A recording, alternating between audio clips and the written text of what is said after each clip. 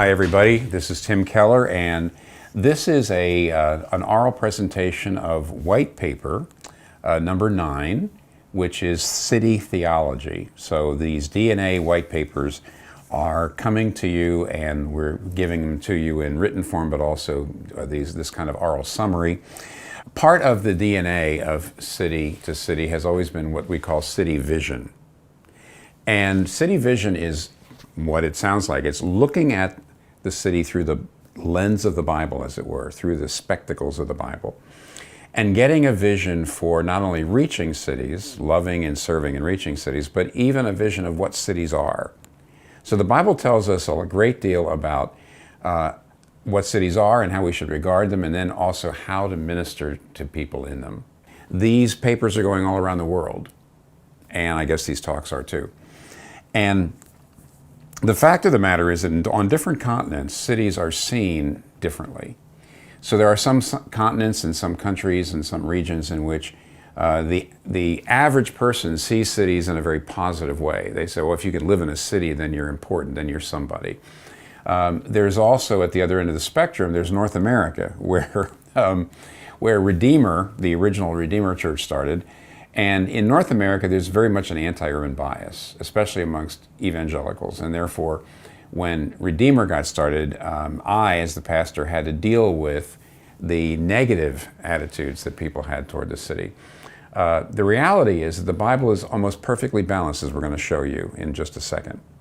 That the Bible is very realistic about what's wrong with the city and the flaws of it and the dangers of it, but also sees the positive, sees the blessing, sees the goodness that the city can do and bring to people. And therefore, no matter where you are in the world, the biblical vision of the city, you can use it on your people, because if people have too naively positive a view of the city, you can show them what the Bible says about the dangers, spiritual dangers of it.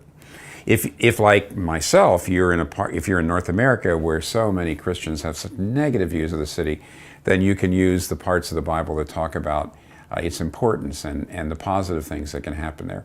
So the Bible has something for all of us. We have to contextualize it, as it were. That is, we have to use it in the particular way that our particular communities need. But let me say, in the paper, the first thing we do is we look at what the Bible says about the city diachronically. Now, to read the Bible diachronically is to read it along the storyline of the Bible from beginning to end. That's what diachronic means. It means to read from Genesis to Revelation. And when you read the Bible like that about cities, when you say, well, what does Genesis and Exodus say about cities? You know, what does Psalms and Isaiah say about cities? What does the Gospels say about cities? What does Revelation say about cities? That's what we're doing.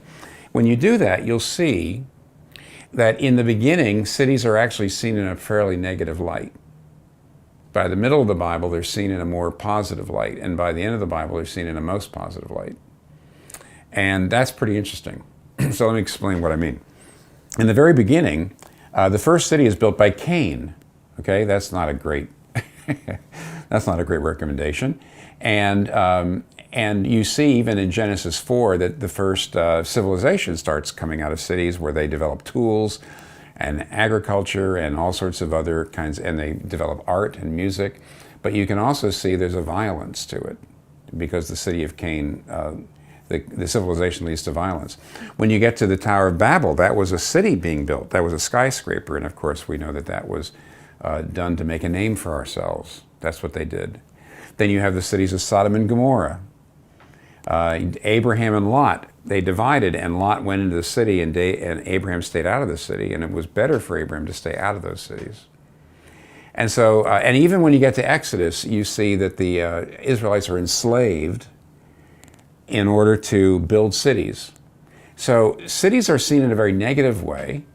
They're places where human beings come together to glorify themselves, to make a name for themselves, to oppress, where the rich and the powerful oppress those who are not. But then when you get to when Israel is brought back to the Promised Land, suddenly cities in the Bible take on a different, you might say there's a different aspect.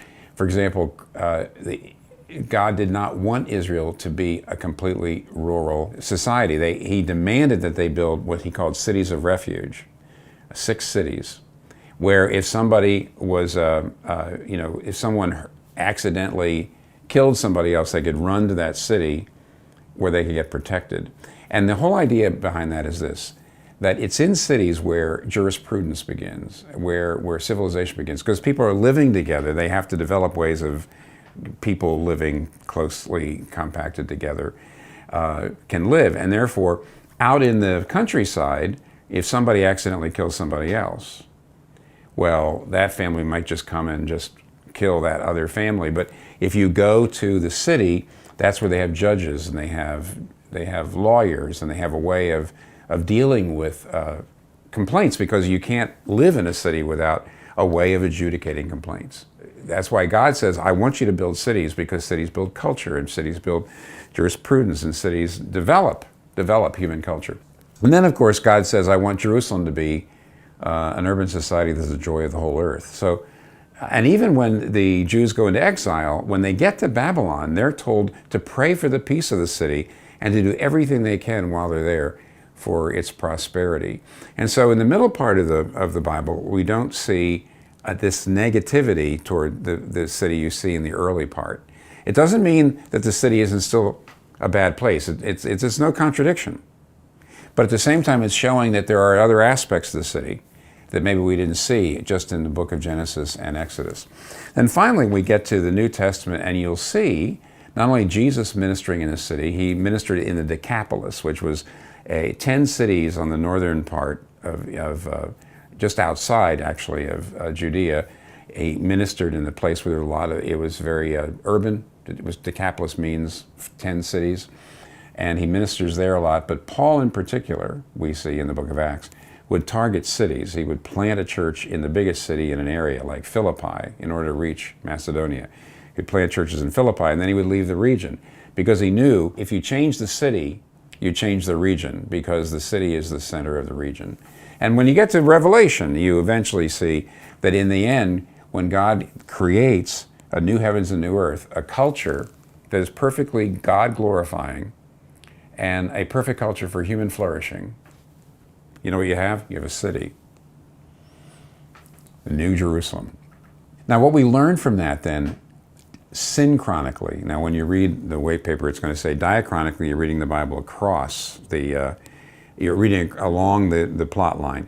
Synchronic is a word that means topically. What does the Bible actually tell you about cities? And the answer is these things. First of all, cities are good. That is, they're places where they're places of refuge and security. Why do you think immigrants go into cities? If an immigrant is coming to a new country, they go to cities because there's more people like them there that speak their language. There's newspapers in their language. There's restaurants, and there's civic associations. And cities are places of refuge for people who don't have as much cultural cachet in a particular country. Secondly, cities are good because they are places where culture is developed. Gerhardus Voss explains why cities are both good and bad. And he says at one place, cities, while the accumulator of the energy of culture, cities are also an accumulator of the potencies of evil. Now, the idea of a city as an accumulator, it's another way of saying the cities are like a magnifying glass. What a magnifying glass does is it can concentrate the beams of the sun, onto a piece of paper, and it goes, into flame. In the same way, cities are not actually good or evil. Cities are magnifications of human nature, which means cities are, in the cities you see humanity at its best, and you also see humanity at its very worst. Because cities are the accumulator of human nature. They're the magnifiers of human nature. And therefore, cities are incredibly good. You can see the best almost of everything that human beings can produce in cities. And they're also the very worst. There can be tremendous poverty, tremendous corruption, tremendous racism, tremendous crime. And so instead of blaming cities for the bad, or romanticizing cities for the good, We need to see what we actually have in cities, as cities bringing out what's in the human heart. And that's the reason why we can say cities are good, cities are bad, but most of all, cities are important.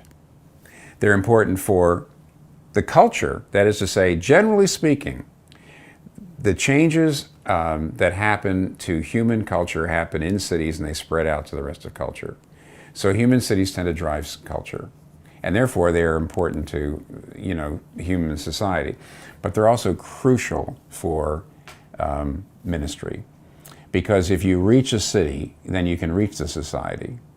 If you like in the small town, you might reach the lawyers, one or two lawyers. But it's in the city that you reach the legal profession, because that's where the law schools are, that's where the guilds are. See?